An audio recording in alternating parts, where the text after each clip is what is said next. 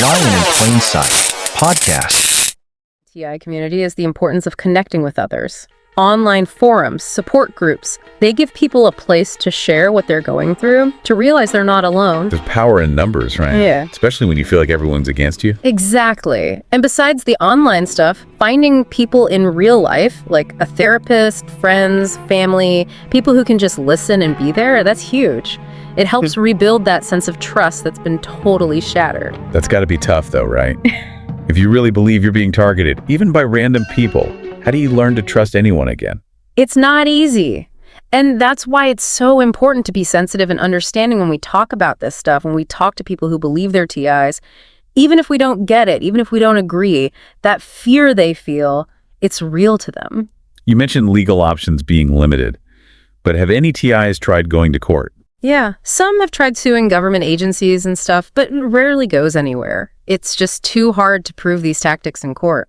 Like we were saying, even getting solid evidence is a nightmare. It's like this horrible maze with no way out.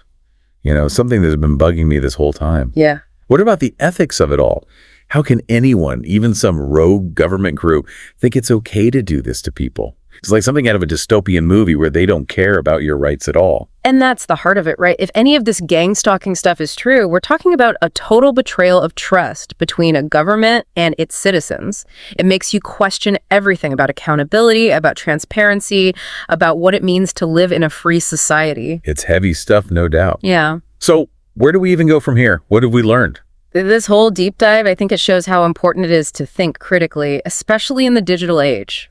We're drowning in information, real and fake, and it's more important than ever to question what we hear, to look for different points of view, and to talk about this stuff openly, even when it's uncomfortable. Be good citizens, not just like mindless consumers of whatever's thrown at us. Exactly. And on a personal level, I think it's about keeping a healthy bit of skepticism while also remembering that there are real people going through real stuff, even if we don't see it the same way. It's a tough balance to strike, that's for sure. Yeah. Well, this deep dive into the world of targeted individuals, it's definitely been eye-opening. We've gone through the claims, the possible explanations, the impact it has on people, and the ethical mess it creates. But maybe the biggest takeaway is this. In a time when we're being watched more and more, and privacy is harder to find, that line between being paranoid and facing a real threat, it's getting blurry. So be careful out there, stay informed, and don't be afraid to ask questions. Lying in Plain Sight podcast.